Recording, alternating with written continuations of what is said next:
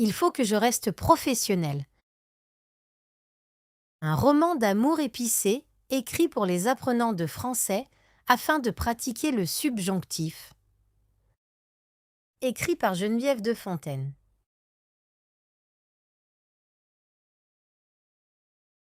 Chapitre 1.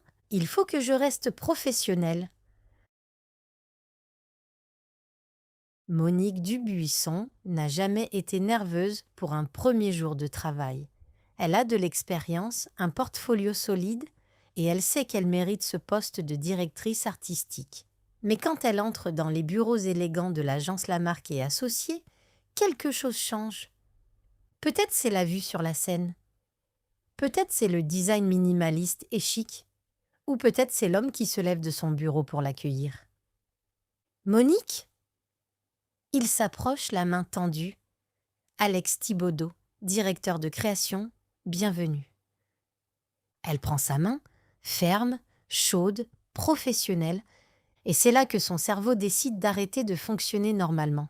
Il est grand, plus grand qu'elle ne l'imaginait d'après son profil LinkedIn.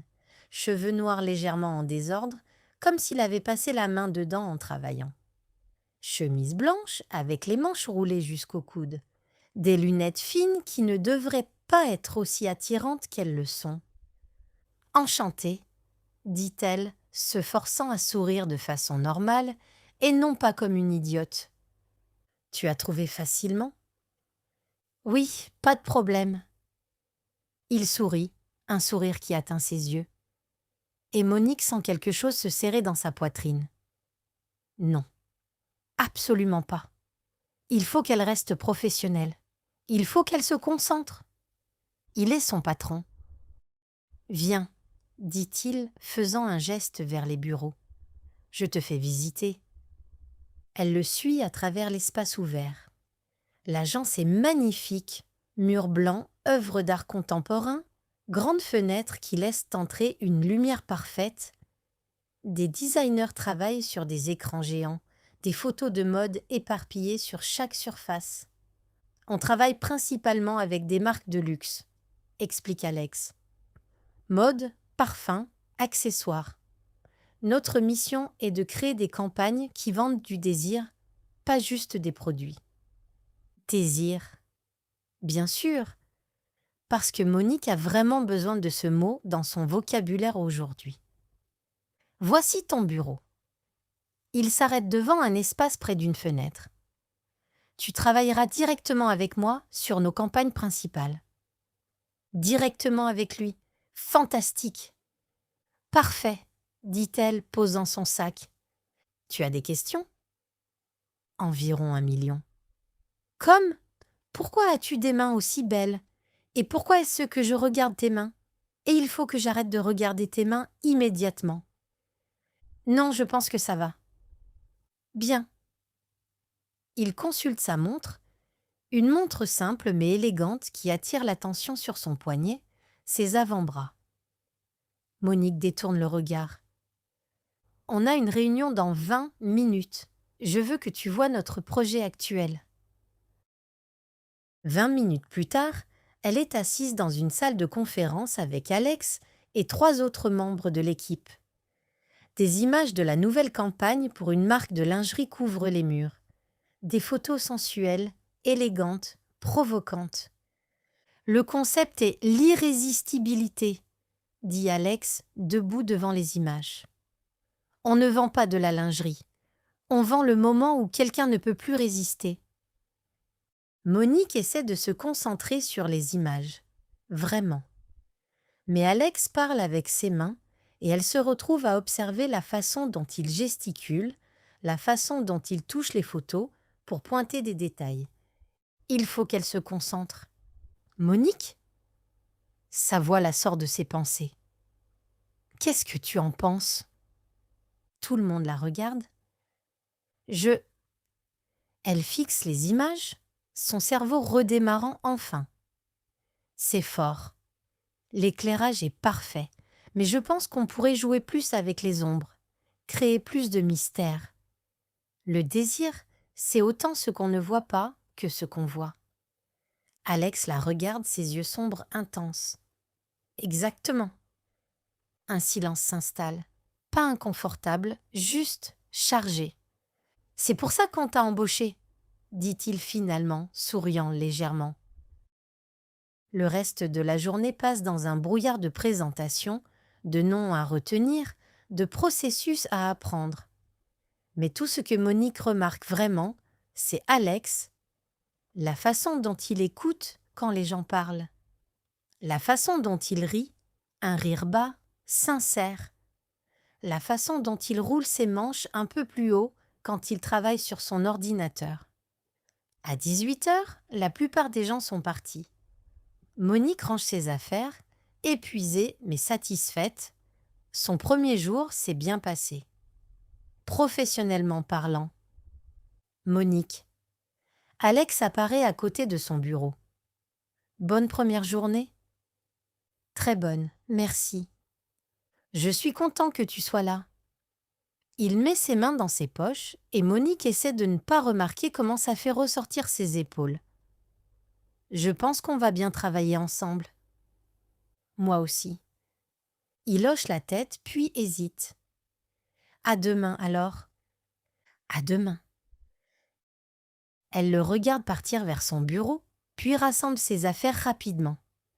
Elle a besoin de sortir d'ici. Elle a besoin d'air frais. Elle a besoin de se rappeler qu'elle est une professionnelle compétente qui ne fantasme absolument pas sur son nouveau patron. Pas du tout. Même si elle a déjà remarqué qu'il a une petite cicatrice près de son sourcil gauche et que ses lèvres sont... Non. Il faut qu'elle arrête. Il faut qu'elle reste professionnelle. C'est juste son patron. Un très beau patron avec qui elle va travailler étroitement sur des campagnes de désir et de séduction. Merde.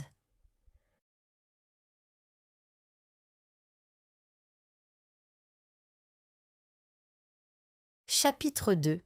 Bien qu'il soit mon patron, la première semaine passe trop vite et trop lentement en même temps. Monique apprend les processus de l'agence, rencontre les clients, commence à comprendre la vision créative d'Alex et elle passe beaucoup, beaucoup trop de temps à travailler directement avec lui. Qu'est-ce que tu penses de celui-ci? Alex penche son ordinateur vers elle, leur montrant un mock-up pour une campagne de parfum. Ils sont assis côte à son bureau, si proches que Monique peut sentir son eau de Cologne. Quelque chose de boisé, de subtil. Elle se force à regarder l'écran et non pas la façon dont sa chemise s'ajuste à ses épaules. L'image est belle, mais je pense qu'on devrait rendre le texte plus suggestif. Elle tend la main pour pointer l'écran et leurs doigts se frôlent accidentellement. Ils se fichent tous les deux pendant une demi-seconde. « Désolée », dit-elle, retirant sa main. « Pas de problème. » Il se concentre sur l'écran, mais elle remarque qu'il avale difficilement. « Montre-moi ce que tu veux dire. » Elle explique sa vision, essayant d'ignorer la proximité. Bien qu'il soit son patron, bien qu'elle sache que c'est dangereux, son corps ne semble pas comprendre les limites professionnelles appropriées. « Oui, » dit-il finalement. « C'est exactement ça. » Il la regarde et il y a quelque chose dans ses yeux qui fait battre son cœur un peu trop vite. « Café ?» demande-t-il soudainement. « Quoi ? » « Il y a un excellent café en bas de la rue. Je pensais qu'on pourrait y aller, discuter du projet de la Croix. » Le projet de la Croix, leur plus gros client. Une marque de prêt-à-porter de luxe qui cherche une nouvelle identité visuelle. D'accord. 5 minutes plus tard, ils marchent dans les rues de Paris, le soleil de l'après-midi créant des ombres longues sur les trottoirs. Alex parle du client, de ses attentes, de la vision qu'il a pour la campagne. Monique écoute, posant des questions, offrant des idées. C'est facile, trop facile, comme s'ils avaient travaillé ensemble pendant des années, et non pas quelques jours. Au café, ils s'installent à une petite table près de la fenêtre. Alex commande un espresso, Monique un crème. « Tu aimes Paris ?» demande-t-il. « J'adore Paris. J'ai grandi en Normandie, mais je suis venue ici pour l'université et je n'ai jamais voulu partir. Je comprends ça. Il sourit. Moi, je suis de Lyon. Ma famille pense toujours que je vais revenir à la maison un jour. Tu vas? Jamais. Il boit son café. Tout ce que je veux faire est ici. Ils parlent pendant 1 heure, du travail d'abord, puis de Paris, de leur quartier préféré, des expositions d'art qu'ils ont vues. C'est dangereux, cette facilité. Monique se surprend à rire, à se pencher vers lui, à oublier complètement qu'il est son patron. Quand ils retournent au bureau, l'atmosphère a changé. Quelque chose de léger, de confortable s'est installé entre eux. Les jours suivants sont similaires. Ils travaillent ensemble sur les mock-ups, discutent des concepts, se disputent gentiment sur les détails créatifs. Alex a des opinions fortes, mais il écoute les siennes. Il la respecte. Ça rend tout plus difficile. Vendredi après-midi, Monique est penchée sur son bureau, examinant des planches d'inspiration, quand Alex apparaît. « Tu as 1 minute ? J'ai besoin de ton avis sur quelque chose. » Elle le suit dans son bureau. Il ferme la porte, normal, ils font ça souvent pour se concentrer, et lui montre des images sur son écran. « Pour Delacroix, je pense à quelque chose de plus audacieux. »« Plus ?» Il cherche le mot. « Sensuel ?» ?»« Oui. » Il la regarde. « Qu'est-ce que tu en penses ?» Monique étudie les images, des silhouettes dans des lumières tamisées, des tissus qui effleurent la peau, des regards intenses. « J'aime, » dit-elle. « Mais il faut que le concept soit plus qu'audacieux. Il faut qu'il soit inoubliable. » « Comment ?» Elle se penche vers l'écran, pointant des éléments. « Si on jouait avec le contraste, lumière et ombre, ce qu'on révèle versus ce qu'on cache. » Alex se rapproche aussi, regardant où elle pointe. Leurs épaules se touchent maintenant. « Comme ça, » dit-il, cliquant pour agrandir une image. Leurs têtes sont si proches. Si elles se tournaient juste un peu. « Exactement, » murmure-t-elle. Ils restent comme ça, regardant l'écran sans vraiment le voir. Le silence s'étire, chargé d'électricité. Puis le téléphone d'Alex sonne. Ils se séparent rapidement, Monique reculant, son cœur battant trop fort. « Je devrais. » Elle fait un geste vers la porte. « Oui ? Merci. Pour ton avis. » « Bien sûr. » Elle sort, fermant la porte derrière elle. Dans la sécurité de son bureau, elle prend une grande respiration. Il faut qu'elle soit plus prudente. Bien qu'il soit son patron, bien que ce soit complètement inapproprié, l'attraction devient de plus en plus difficile à ignorer. Et quelque chose lui dit qu'il le sent aussi.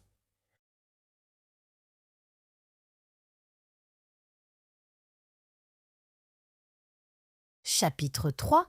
Je veux que tu... À 20h, Monique et Alex sont dans son bureau, des échantillons de tissus et des planches d'inspiration étalées sur le grand bureau en bois. La présentation de Delacroix est lundi. Ils sont bloqués sur la série finale. « Il nous manque quelque chose, » dit Alex, frustré. Il se lève, ouvre un placard et sort une bouteille de whisky. On a besoin de débloquer nos têtes. Il verse 2 verres généreux, lui en tend un. « À l'inspiration, » dit-il. Monique boit. Le whisky brûle agréablement. « Regarde ces références encore, » dit-il, se penchant sur le bureau à côté d'elle pour étudier les images. Des photos de mode sensuelle, chargées de tension et de désir. « Le problème, c'est qu'on joue trop prudemment, » dit Monique. « Delacroix veut du luxe, mais il faut que ce soit audacieux, dangereux même. » « Dangereux comment ?» Elle pointe une image. « Comme ça, ce regard. On ne sait pas si c'est de la séduction ou du défi. C'est cette ambiguïté qui rend ça irrésistible. » Alex se rapproche pour mieux voir son épaule touchant la sienne. Le désir qui défie les règles. Exactement. Elle sent la chaleur de son corps, l'odeur de son eau de Cologne mélangée avec quelque chose de plus chaud. Le luxe qu'on ne devrait pas s'offrir mais qu'on ne peut pas refuser. Sa voix est plus basse maintenant. Elle se tourne pour le regarder.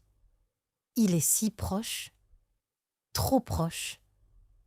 Ses yeux sont fixés sur elle, sombres, intenses. Monique ne réfléchit pas. Elle l'embrasse. Ses lèvres capturent les siennes, dures, décisives. Pendant une seconde, il se fige, puis il répond avec une force qui la surprend. Sa main agrippe sa nuque, la tirant plus près, l'embrassant comme s'il attendait ça depuis des semaines. Elle se lève, toujours embrassant, et il la pousse contre le bureau. D'un mouvement rapide de son bras, il balaie tout. Les échantillons de tissu volent, les planches tombent avec un crash, les verres roulent par terre. Il la soulève, la posant sur le bureau. Elle écarte les jambes, le tirant entre elles, agrippant sa chemise pour le rapprocher. « Monique », dit-il contre sa bouche, mais ce n'est pas une question. Elle tire sur sa chemise, arrachant les boutons. Il saute, rebondissant sur le sol. Ses mains explorent son torse, ses muscles, sa peau chaude. Il attrape son chemisier et tire. Le tissu cède, les boutons explosent. Il le fait glisser de ses épaules, le jetant quelque part. Ses mains sont partout, sur sa taille, son dos, remontant. Il l'embrasse avec une urgence qui lui coupe le souffle, ses lèvres descendant vers son cou, mordant légèrement. Elle halète, renversant sa tête en arrière. Le bois froid du bureau contre son dos contraste avec la chaleur de ses mains. Il la tire vers le bord, la pressant contre lui. « Je veux que tu… » commence-t-elle, mais elle ne finit pas. Il défait sa jupe avec des mains rapides, impatientes. Elle soulève ses hanches pour l'aider, et le tissu disparaît. Sa ceinture suit, puis son pantalon. Leurs vêtements forment un tas chaotique autour du bureau. Quand leurs peaux se touchent enfin, elle agrippe ses épaules, ses ongles pressant dans sa chair. Il la tient fermement par les hanches, la tirant plus près, et elle enroule ses jambes autour de lui. Le bureau grince légèrement sous eux. Elle s'en fout. Ses mains glissent sous elle, la soulevant légèrement. Son dos s'arque contre le bois, son corps se pressant contre le sien. Il l'embrasse encore, sa bouche, sa mâchoire, son cou, descendant. Elle tire ses cheveux, haletant, complètement perdue dans la sensation. Ses mains explorent son dos, ses muscles qui bougent sous sa peau. Il la soulève davantage, changeant l'angle, et elle laisse échapper un son qu'elle ne contrôle pas. Sa bouche trouve la sienne encore, avalant le bruit. Ils bougent ensemble, urgents, désespérés. Le bureau bouge. Des papiers tombent. Elle ne voit rien d'autre que lui, ne sent rien d'autre que ses mains, sa bouche, son corps contre le sien. « Mon Dieu !» dit-il contre sa peau, sa voix rauque. Elle répond en l'embrassant plus fort, en le tirant impossiblement plus près. Tout le reste disparaît. Le bureau parie par la fenêtre, les conséquences. Il n'y a que ça, que lui, que maintenant.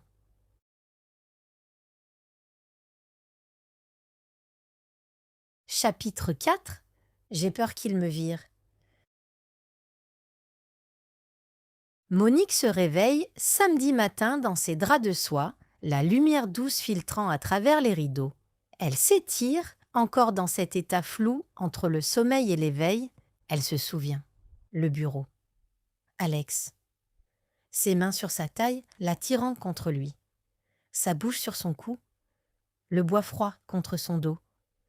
La façon dont il l'a regardé. La façon dont il a dit son nom. La façon dont ses muscles bougeaient sous ses mains. Mon Dieu, c'était… Elle sourit malgré elle, se retournant dans les draps, se rappelant chaque détail. La façon dont il l'a embrassée, l'urgence, la chaleur de sa peau, ses mains partout, découvrant, explorant. Puis, La réalité la frappe. Putain! Elle s'assoit brusquement. Qu'est-ce que j'ai fait? Alex. Son patron. Son patron qu'elle connaît depuis 2 semaines. Elle sort du lit, son cœur battant trop vite. Elle a couché avec son patron. Dans son bureau, sur son bureau.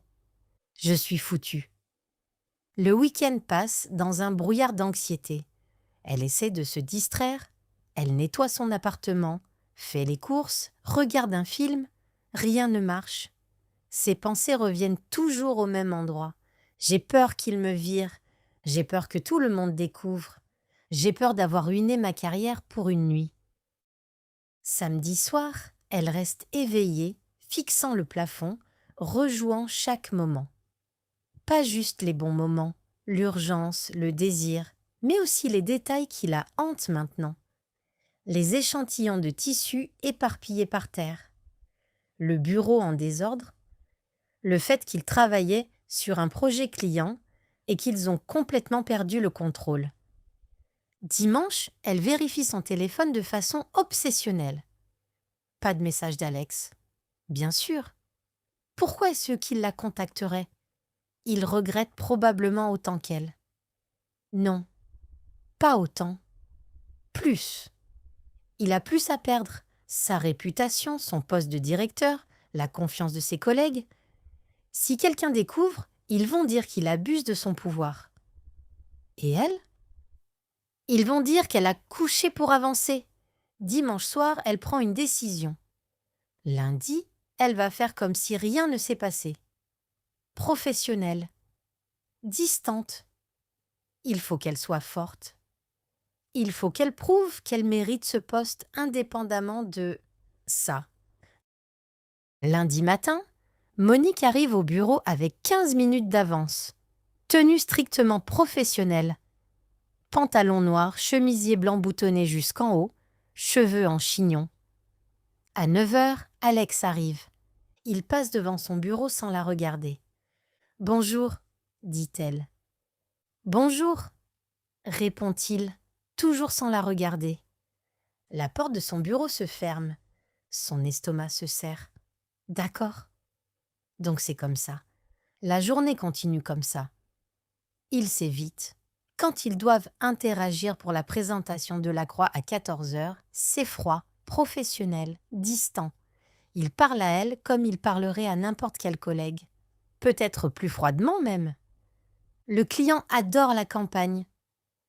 C'est exactement ce qu'on cherchait, dit la directrice marketing de Delacroix. Cette tension, ce désir, vous avez capturé quelque chose de spécial. Monique devrait être heureuse, fière. Elle se sent juste vide. À 18h, elle est la dernière au bureau. Enfin, presque. La lumière du bureau d'Alex est toujours allumée, sa porte fermée. Elle rassemble ses affaires rapidement et part, ne regardant pas vers son bureau. Dans le métro, elle se répète « Il faut que j'oublie. Il faut que je reste professionnelle.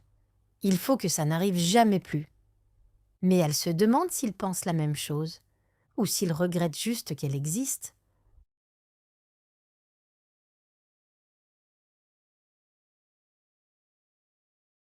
Chapitre 5 « Bien que je le veuille ». Mardi après-midi, après une réunion avec l'équipe design, Alex s'approche du bureau de Monique. « Tu as une minute ?» Sa voix est basse, professionnelle. « Dans mon bureau. » Le cœur de Monique fait un saut. « Maintenant ?»« S'il te plaît. » Elle le suit, consciente des regards curieux de leurs collègues.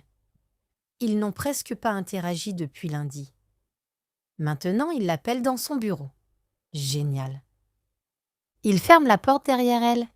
Monique essaie de ne pas regarder le bureau. Elle échoue. Ses yeux vont directement là.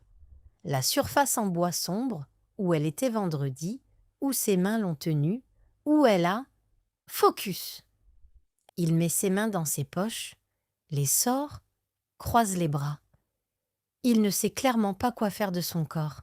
« Écoute, commence-t-il, il faut qu'on parle de vendredi. » D'accord. Un silence. Il regarde le bureau puis détourne rapidement les yeux. Elle se demande s'il se souvient des mêmes choses qu'elle. « Je suis désolé, » dit-il finalement. « C'était inapproprié. Complètement inapproprié. Tu travailles pour moi et j'aurais pas dû. » « Je t'ai embrassé, » dit Monique. « C'est moi qui devrais m'excuser. » « Non, ne t'excuse pas, c'était incroyable. » Il s'arrête brusquement, réalisant ce qu'il vient de dire. « Merde, je veux dire. » Il passe une main dans ses cheveux, clairement embarrassé. « Ce que je veux dire, c'est que ça peut pas se reproduire. On met nos emplois en danger, tous les deux. » « Je sais. Tu viens juste de commencer.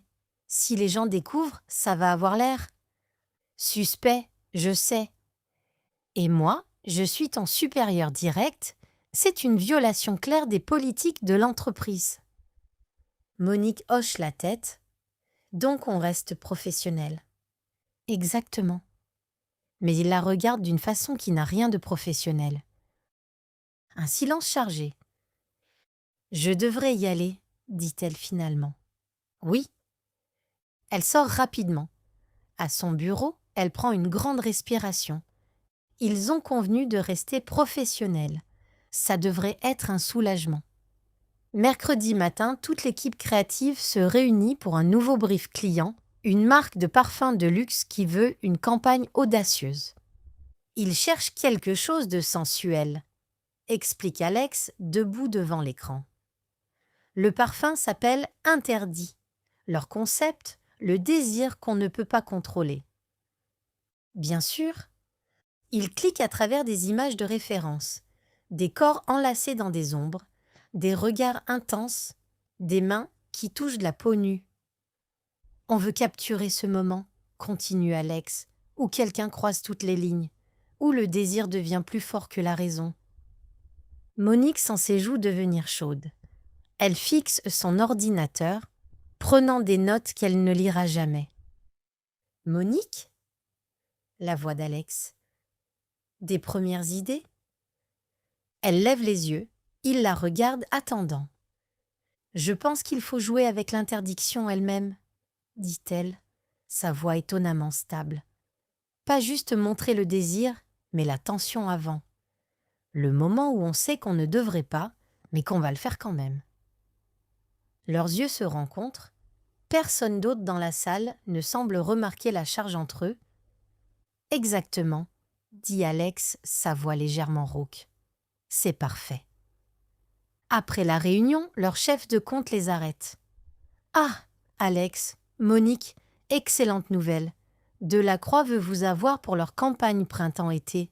Ils ont adoré votre travail. »« C'est fantastique, » dit Alex. « Félicitations à vous deux, » dit-elle en souriant.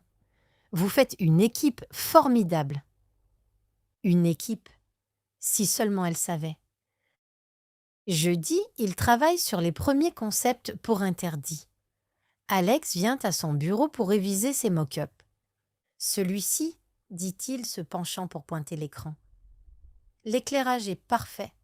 On voit juste assez pour imaginer le reste. » Il est si proche. Elle peut sentir son eau de Cologne, voir le pouls dans son cou. « Le désir, c'est l'anticipation, » dit-elle, ne le regardant pas. Ce qu'on ne voit pas est parfois plus puissant que ce qu'on voit. « Oui ?» Sa voix est basse. « Exactement. » Un silence. Ni l'un ni l'autre ne bouge. « Je vais. » Il recule finalement. « Bon travail. Continue comme ça. » Il retourne dans son bureau. Monique expire lentement. Vendredi soir, 18h30. Le bureau se vide progressivement. Monique regarde son écran frustrée. Les concepts pour Interdit ne fonctionnent pas encore. Il lui manque quelque chose, mais elle ne sait pas quoi. Elle entend des pas. Alex s'approche de son bureau. « Tu es encore là ? J'essaie de finir les mock-ups pour Interdit, mais je suis bloquée. » Il regarde son écran par-dessus son épaule. « Montre-moi. » Elle clique à travers les images. Il se penche plus près, étudiant chaque concept. « Le problème, c'est qu'ils sont trop évidents, » dit-il. « Il faut plus de subtilité, plus de tension. » Comment? Une pause. « Viens. On a un studio à l'étage. Tous les moodboards pour interdits sont là-haut. On pourra mieux voir. » Il y a un studio? Tu y es jamais allé? Allez, je te montre.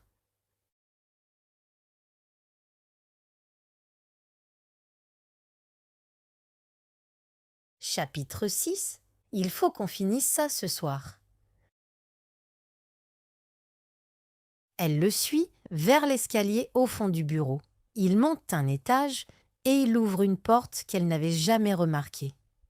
Le studio s'ouvre devant elle, un grand loft avec des plafonds hauts, des fenêtres immenses qui donnent sur Paris. La tour Eiffel scintille au loin.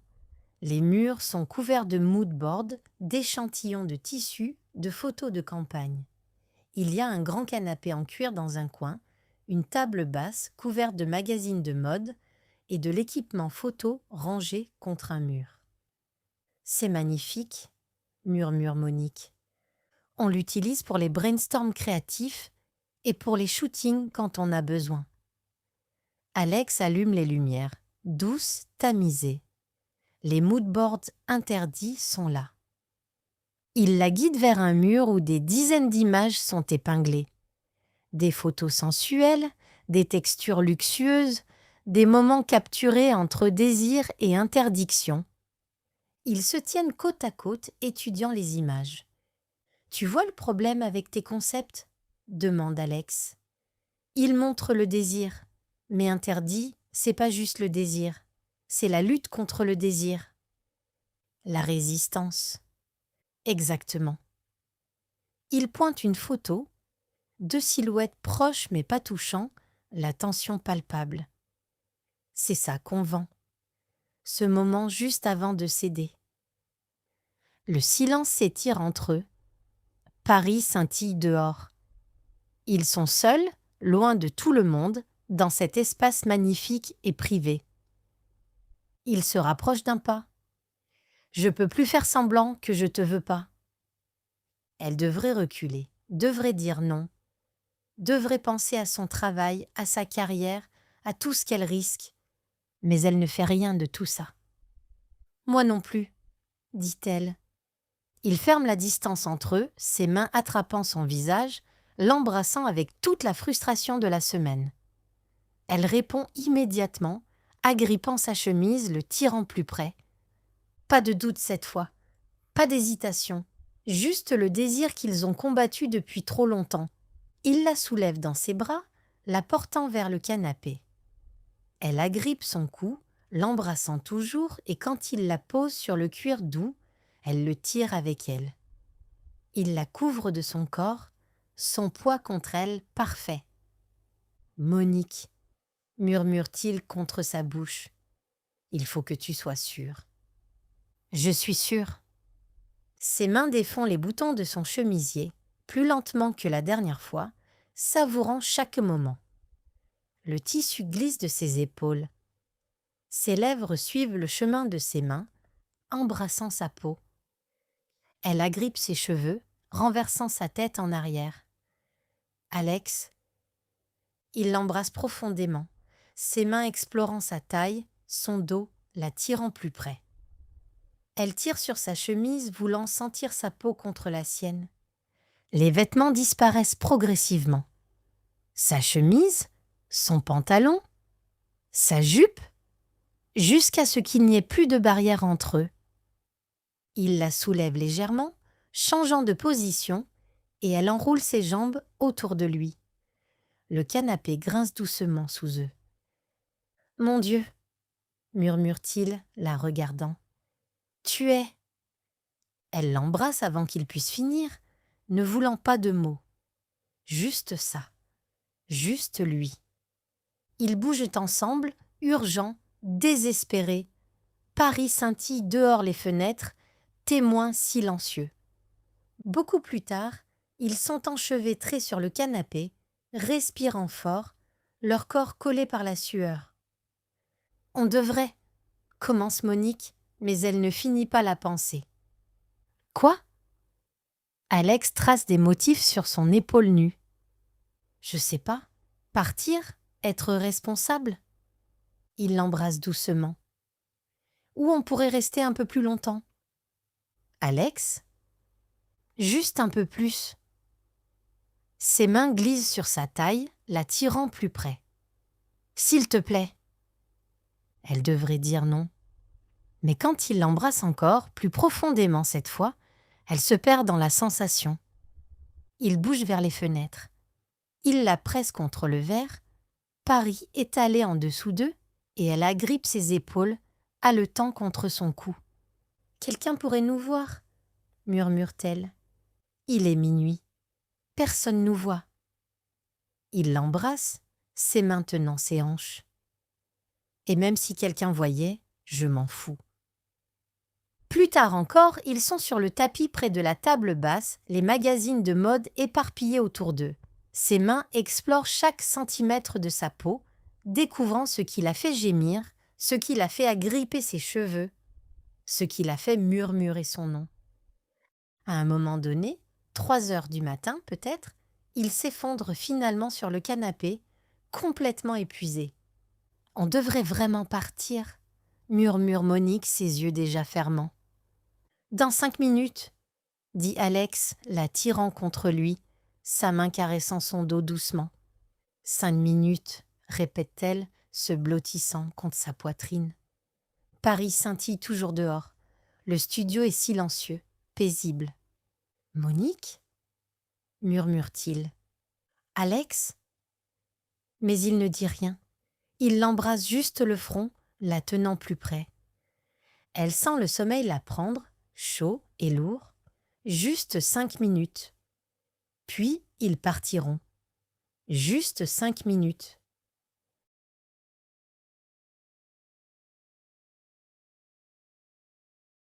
Chapitre 7. J'ai peur que tout soit ruiné. Monique se réveille lentement. La lumière du matin chaude sur son visage. Elle est enveloppée dans quelque chose de chaud, de solide. Alex.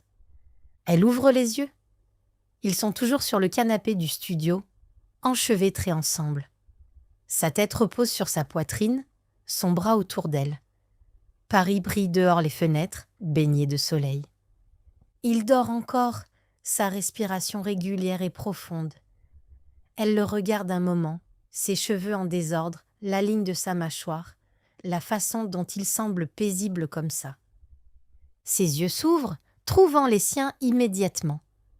Il sourit, un sourire lent, endormi. « Bonjour » murmure-t-il. « Bonjour » Il resserre son bras autour d'elle, la tirant plus près. « Tu es belle le matin. » « Je suis sûre que non. » Elle touche ses cheveux, sachant qu'ils doivent être un désastre. « Si. » Il embrasse son front doucement. « Très belle. » Elle lève les yeux vers lui et quelque chose passe entre eux, quelque chose de plus tendre que la nuit dernière. Il l'embrasse. Doucement d'abord, presque timidement. Puis, plus profondément, sa main caressant son visage. Elle répond, glissant sa main sur sa poitrine nue, sentant son cœur battre.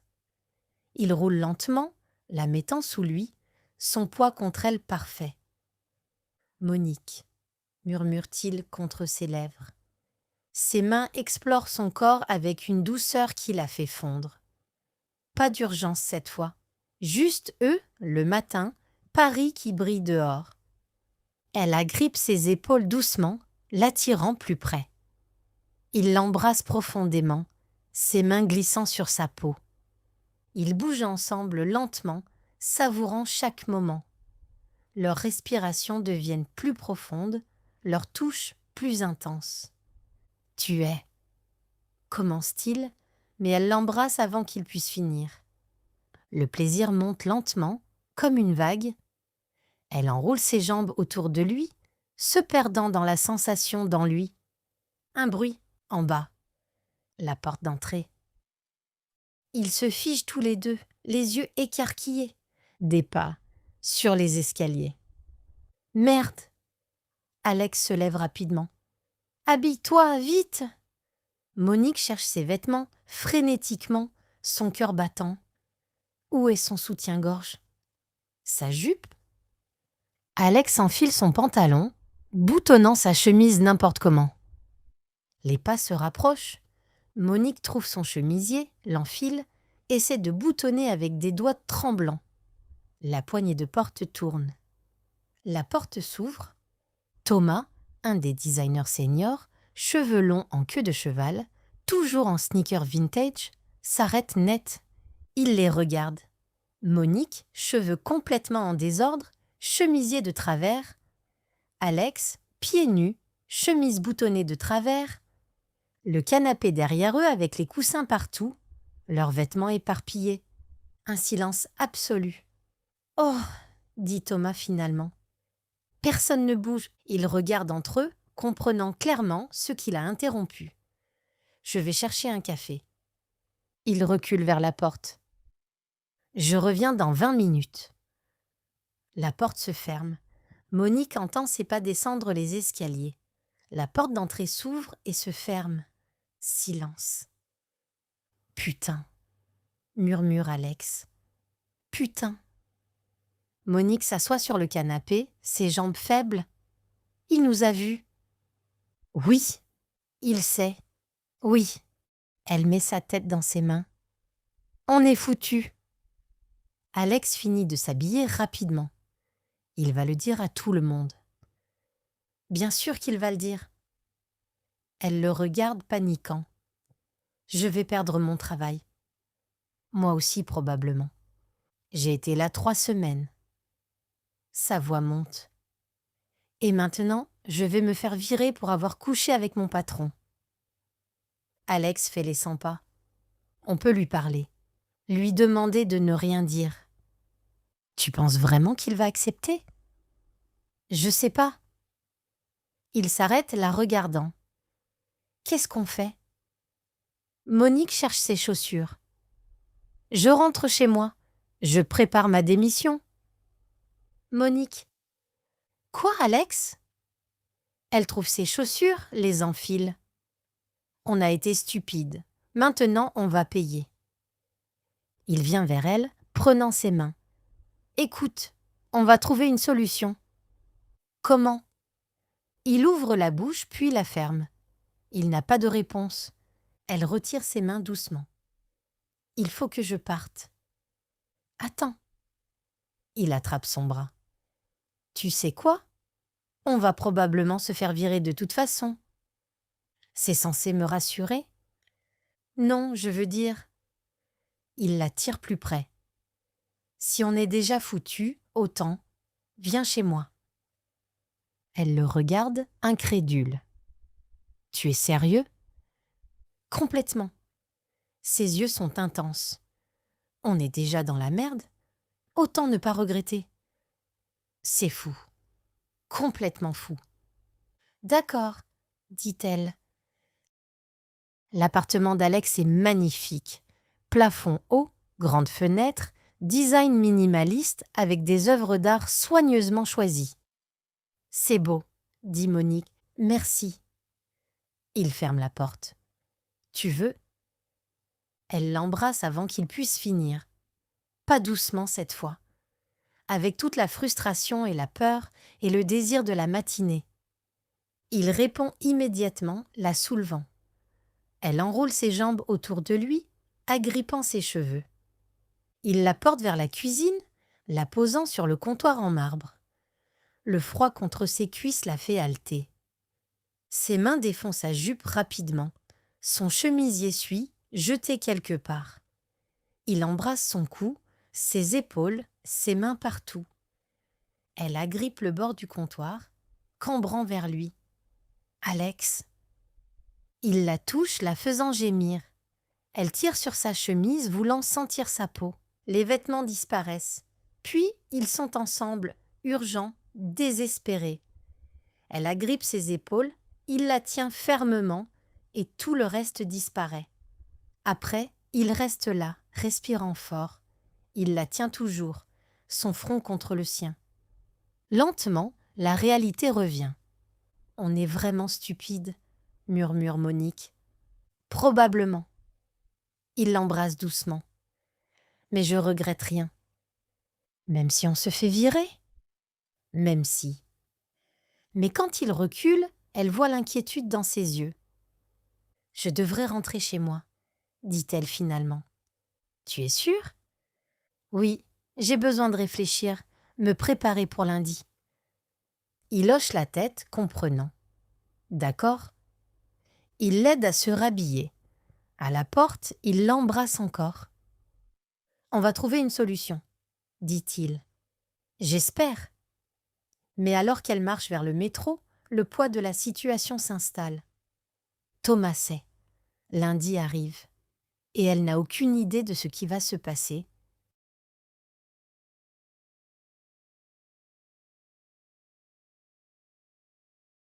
Chapitre 8. Je veux que ça marche. Lundi matin, Monique arrive au bureau avec 20 minutes d'avance. Elle n'a presque pas dormi du week-end. Elle s'installe à son bureau, ouvre son ordinateur, fait semblant de travailler. Chaque fois que quelqu'un passe, son cœur bondit. Thomas va-t-il dire quelque chose ? A-t-il déjà dit quelque chose ? À 9h, Alex arrive. Leurs yeux se croisent brièvement. Il a l'air aussi épuisé qu'elle se sent. La matinée passe dans une brume d'anxiété. Personne ne dit rien. Les gens travaillent normalement. Peut-être que Thomas n'a rien dit. Peut-être qu'ils vont s'en sortir. À 11h, l'assistante de la directrice générale s'approche de son bureau. « Monique ? Madame Laurent veut vous voir. Toi et Alex. Maintenant. » Le cœur de Monique s'arrête. « Maintenant ? » ?»« Oui, dans son bureau. »« C'est ça, c'est fini. » Elle se lève sur des jambes tremblantes. Alex sort de son bureau au même moment, son visage pâle. Ils marchent ensemble vers le bureau de Madame Laurent en silence. Monique sent qu'elle va vomir. La directrice générale, une femme élégante dans la cinquantaine, sourit quand ils entrent. « Asseyez-vous, » dit-elle chaleureusement. Il s'assoit, raide. « J'ai d'excellentes nouvelles, » continue Madame Laurent. « Delacroix est absolument ravi de votre campagne. Ils veulent un partenariat à long terme. Avec vous deux, spécifiquement. » Monique cligne des yeux. « Quoi ? » « Ils ont dit que votre chimie créative est exceptionnelle, que vous capturez quelque chose de spécial ensemble. » Elle sourit. « Franchement, je suis impressionnée aussi. Vous faites une équipe formidable. »« Merci, » dit Alex, sa voix légèrement rauque. « Et Monique ?» Madame Laurent se penche en avant. « Si tu continues comme ça, tu vas être directrice de création toi-même dans 1 an. Peut-être moins. Tu as un talent remarquable. » Monique ne peut pas parler. Elle hoche juste la tête. « Donc continuez ce que vous faites. » Madame Laurent se lève, indiquant que la réunion est finie. « L'agence a de la chance de vous avoir tous les deux. » Ils sortent dans le couloir abasourdis. « On s'est pas fait virer ?» murmure Monique. « Non. » Alex la regarde, un sourire lent se formant. « On s'est pas fait virer. » Ils nous ont félicités. « Oui ?» Ils commencent à rire. D'abord doucement, puis plus fort, le soulagement les rendant presque hystériques. « On va pas être virés, » répète Monique. « Pas aujourd'hui en tout cas. » L'après-midi, Thomas apparaît à côté du bureau de Monique. « Salut, » dit-il calmement. « Tu as 1 minute ?» Son estomac se serre. « Oui. »« Alex aussi, venez. » Ils le suivent vers une salle de réunion vide. Thomas ferme la porte, se retourne vers eux. « Écoutez, » dit-il sans préambule. « Samedi, ce que j'ai vu. Monique sent son visage devenir chaud. « Thomas, c'est pas mes affaires. » Il lève une main. « Vraiment, c'est pas mes affaires. » Un silence. « Tu vas ?» commence Alex. « Tu vas le dire à quelqu'un ?» « Non. » Thomas sourit légèrement. « L'amour, c'est l'amour, mec. Je vais pas laisser une corporation décider qui peut être avec qui. » « Sérieusement ?» demande Monique. « Sérieusement ?» Il les regarde tous les deux. « Mais vous devez être plus prudent, beaucoup plus prudent. Parce que si quelqu'un d'autre vous voit… » Il secoue la tête. « Ça va pas bien finir. »« On sait, » dit Alex. « Donc soyez malin. » Thomas va vers la porte, puis s'arrête. « Et félicitations, pour Delacroix. Et pour… » Il fait un geste vague vers eux. « Tout ça, vous allez bien ensemble ?» Il sort, les laissant seuls. Monique regarde Alex. « Il va rien dire. » « Non. » On est vraiment chanceux. Ils se regardent, réalisant lentement que tout va bien, qu'ils peuvent respirer. « On va boire un verre ?» demande Alex. « Pour célébrer. » Absolument. À 19h, ils sont assis dans un bar près du bureau, du champagne devant eux. « À ne pas se faire virer », dit Alex, levant son verre. À Thomas qui est cool. Monique trinque avec lui. Ils boivent, le soulagement les rendant légers, presque euphoriques. « Tu sais, » dit Monique posant son verre, « Madame Laurent a dit que je vais être directrice de création bientôt. »« Tu vas l'être. Tu es brillante. » Ce qui veut dire… Elle glisse sa main sur la table, touchant la sienne. « Je vais pas être ton subordonné très longtemps. » Ses yeux s'assombrissent. « Non ? Non !» Elle sourit, sa main bougeant vers sa cuisse sous la table. « Donc techniquement, dans quelques mois, ce sera plus un problème. » Techniquement. Sa voix est plus basse maintenant. « Exactement. » Elle se penche plus près. « Et en attendant, on peut juste être très très prudent. »« Très prudent !» répète-t-il, la regardant d'une façon qui n'a rien de prudent. « J'ai un balcon chez moi, » dit-elle doucement, « avec une vue sur Paris. » Il avale difficilement. « Ah oui ? » ?»« Ouais. » Son pouce caresse l'intérieur de sa cuisse. « On pourrait tester l'acoustique, voir si les voisins se plaignent. » Il pose sa main sur la sienne, la pressant. « On devrait y aller maintenant. » « Maintenant ? » ?»« Maintenant. » Ils laissent de l'argent sur la table et partent rapidement. L'appartement de Monique est plus petit que celui d'Alex, mais confortable. Et le balcon est parfait. Petit mais intime, avec une vue sur les toits de Paris et la tour Eiffel qui scintille au loin.